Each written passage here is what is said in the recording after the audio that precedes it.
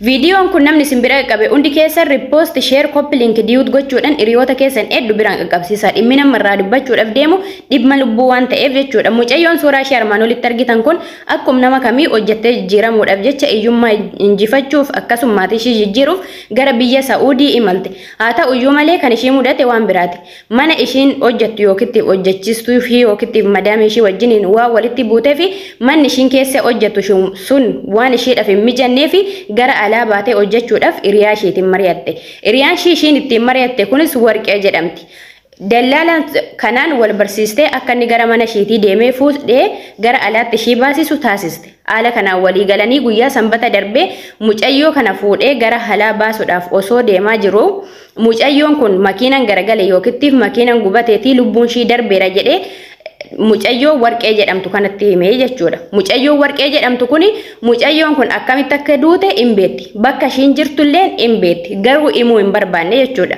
Garuu akkamitti akka duute reenfi mucayyoo kanaa eessa akka jiru ifa baastee dubbachuu hin dandeenye. Adaraa keessan qaama dhimmi ilaallatu biraan share diut gochuudhaan qaqqabsiisa. Lubbuu mucayyoo kanaatii fi itti gaafatamaa tokkoffaa kan fudhattu mucayyoo Warqee jedhamtu kanadha jechuudha. Ittaansuudhaan dallaalaa ishii baase kanadha. Yookiin mucayyoon kun duuterti jettee bilbiltee gara maatii isheetti illee kan himte mucayyoo Warqee jedhamtu kanadha jechuudha. Akka mucayyoon kun duute erga barteeti akkamitti bakka reenfi mucayyoo kanaa jiru baruu dadhabde. Ittaansuudhaan immoo akkaataa mucayyoon kun itti duute akkamitti ifa siif ta'uu dandhabeeti ani hin beeku lakkoofsa dallaalaa isiniifan kennaa deematii gaafadhaa jettee dubbachuu dandeesse. Gaafin kiyya kun Warqeedha jechuudha. Adaraa keessan namni simbira qabu hundi keessan share copy link diut gochuudhaan nama hedduu biraan naaf qaqqabsiisa. Akkamitti erga ishiin duute fi dhiistee adda otoo hin baafatin mucayyoon kun lubbuun ishii darbeef dhiisee otoo adda hin baafatin bilbiltee maatii ishiitti himtee haadhatti himtee haata amma dhukkubsattee mana yaalaa gartee jirti gan jedhamaa jiru jechuudha. Otoo bakki reenfi mucayyoo kanaa hin jiru hin beekin akkamitti maatii ishiitti himuu dandeesse. Kuni wanta dhugaa jiru osoo beektu dhugaa jiru baastee dubbachuu sababa hin barbaanneefi jechuudha. Sis bor waan si mudatu hin beektu. Ana lan hojjedhaa sababan sodaadhe fi minaan min jechuun sin barbaachisu. Bor waan si mudatu hin beektu atilleen akkasuma dhala namaati waan ta'eefi jechuudha. Mucayyoon kun yookittiif osoo lubbuudhaan jirtu maallaqaan dabarsitee gurguratteeti ta'a. Mucayyoo kana kan baaste mana madaamiti.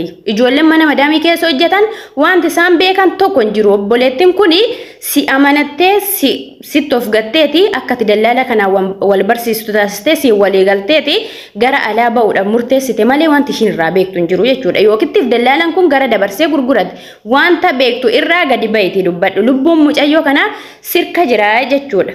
Dubbiin kun dubbii qabbanee yeroo darbeetiin wal fakkaata. Dhimmi qabbanee yeroo darbee ammalleen deebi'ee dabalamee jira jechuudha.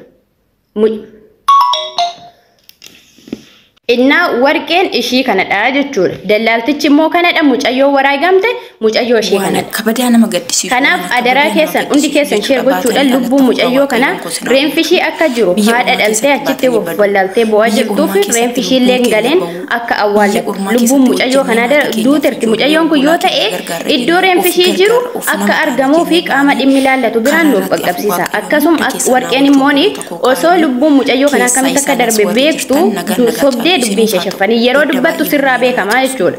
Akka soba haasa'aa jirtu ifatti beekama waan ta'eef gadi ba'iitii dhugaa mucayyoo kanaa eessa akka jiru baasi. Makiinaan ati mucayyoo kanatti ittiin waraagame yookiin mucayyoo kanatu keessatti du'e makiinaan kun ittiin galabatameeti jettee ati fiddee footoo ijoollee irratti argite makiinaa waggaa 3 duraati jechaa jiru warri beekan.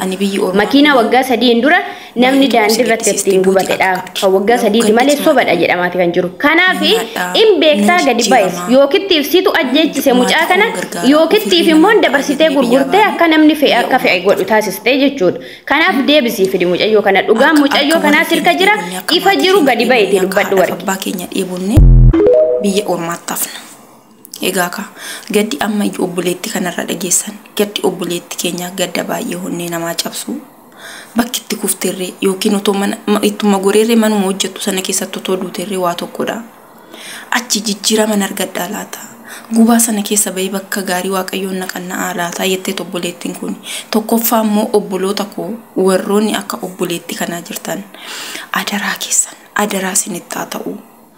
Achuma mana kontiraata sana isinii wayyaa akkasumas immoo warri biiroo adaraa isinitti haa ta'u ijoollee keessan nagaa egaa ka akka biyyaa fiddan ijoollee keessan namni waamtanii biyyaa isin fiddan kun nama keessanii dhiiga keessanii jara hadii dhageessanii nuyi warra gurraacha kana kan dhaga'uu isin dhoobee inni gubbaa kanaa isinitti taafradu jechuudhaaf nama dhibaa. Egaa ka obboloota koo baanee alattafaa jirra. Yoo biiroodha jenne biiroon nama dhaga'uu hin jiru. Yoo baanee kunoo bakka hin taanetti afnaa. Inni ofitti nu fuudherree ofirraa nu baasee waan hin taane nu godha. Balaa karaa deemutu nu mudata. Obboleessuma keetiin waan badaa keessa galtaa. Baay'ee tokko ulfaata jechuudha. Ani carraadhumti keenya kun baay'ee tokko ulfaata jechuudha. Egaa ka obboloota biyya ormaa keessa jirtan dogoggora hin dogoggorina. Dogoggora yoon isiniin jedhu gorsa namaa dhageessanii otoo sammuu keessanii hin murteessin otoo bakka itti kuftan hin beekin namnumti isinii jedhe birrii akkanaa argatta koottu bayi na bira dhufi siin jedhee obboleessumti kee obboleettiidhumti kee gwaaddenyaan hiriyaa sitti fakkaattee bakka jirtu sana baatee balaa haddaarra waan hin taane irra buutaa jechuudha. Balaa akkasii jala Waaqayyoon isin haa oolchu yoo isiniif danda'ame manuma hojjettan sana manuma kontiraata hojjettan sana keessatti cimtanii otoo hojjettanii yoo ta'uu baatee humna keessanii ol ta'e immoo biirootti yaabii warra biiroo isinis biliis ijoollee keenya dhagaa nutis namuma keessanii hin beektu waan biyyaa nu baasee addufnee immoo jarri xibbaa xibbee yeroo nutti taphattee isinitti bilbilannu isinis immoo heeloo jedhaa nu jalaa kaasaa. Nu jalaa kaasa bilbila. Kaasa ijoollee jalaa. Kaasatti rakkina ishiin keessa jirtu waan ishiin keessa jirtu sana maal keessa jirta jedhaani. Isin abdatanii biiroo qabna jedhanii biyyaa baanii ennaa dhufanii biiroo hin qabnu jedhan baay'ee tokko ulfaata. Ijoolleen keenya baanii alattafaa jiru. In jijjiiramna jedhanii ofii isaaniitiyyuu biyyatti gadi badaa jiru. Lubbuun isaanii badee foon isaanii maatii isaanii bira otoo hin gahin. Ani hin beekuudhaan alattafaa jiru ijoolleen baay'een. Anaan. Kanaafiyyuu biliis isinis warri biiroo ijoollee keenya dhaggeeffadhaa. Maaliif natti bilbiltee namni kun jedhaa jalaa kaasaa dhaggeeffadhaa. Dhaqaatii bakka ishiin jirtu sanatti maaltu jira rakkoon jedhaa gaafadhaa. Nama keessan waan taateef lammii keessan waan taateef. Dhaggeeffadhaa ijoollee keenya jalaa kaasaa ijoollee baay'eetu jira ijoollee rakkoo cimaa keessa jiran kan iyyanii hiyya dhaban kan keessattuu kan biyya Suudii sana baay'ee tokko mataa namaa gadi qaba jechuudha. Ani biiroodhuma jedhanii achi taa'anii birrii nyaatu ta'an hin beeku biiroo hin qabnu kan jedhan bichaatu jira ijoolleen Suudii keessa jiran akka jiranitti jechuudha. Leesh. Maaliif isin achi teessanii ijoollee keessan zeega keessaniif ergan taane maaf achi taa'uun barbaachise. Akkuma barbaadanitti Libiyaanaan Suudiyaanaan dhufanii haa hojjetan. Erga isin biiroo taatanii achi teessanii ijoolleen keessan maatiin lammiin keessan maaf dararaan mana ga'u irra ga'a. Obboleettiin kun amma lubbuun ishii kan karaatti hafee yookiin biiroo ishiitti bilbilattee biiroon ishii jalaa qabu yoo didu akkasitti baatee alattaftee jechuudha. Baay'ee tokko onnee nama cabsa bara. Baay'ee tokko garaa nama nyaata bara. Obboleettiin kee akkasitti baatee yeroo alattaftu baay'ee tokko onnee nama nyaata. Kanaafiyyuu obboloonni koo warroonni biyya ormaa keessa jirtan yoo isinii danda'ame dalagaa kontiraata dalagadhaa.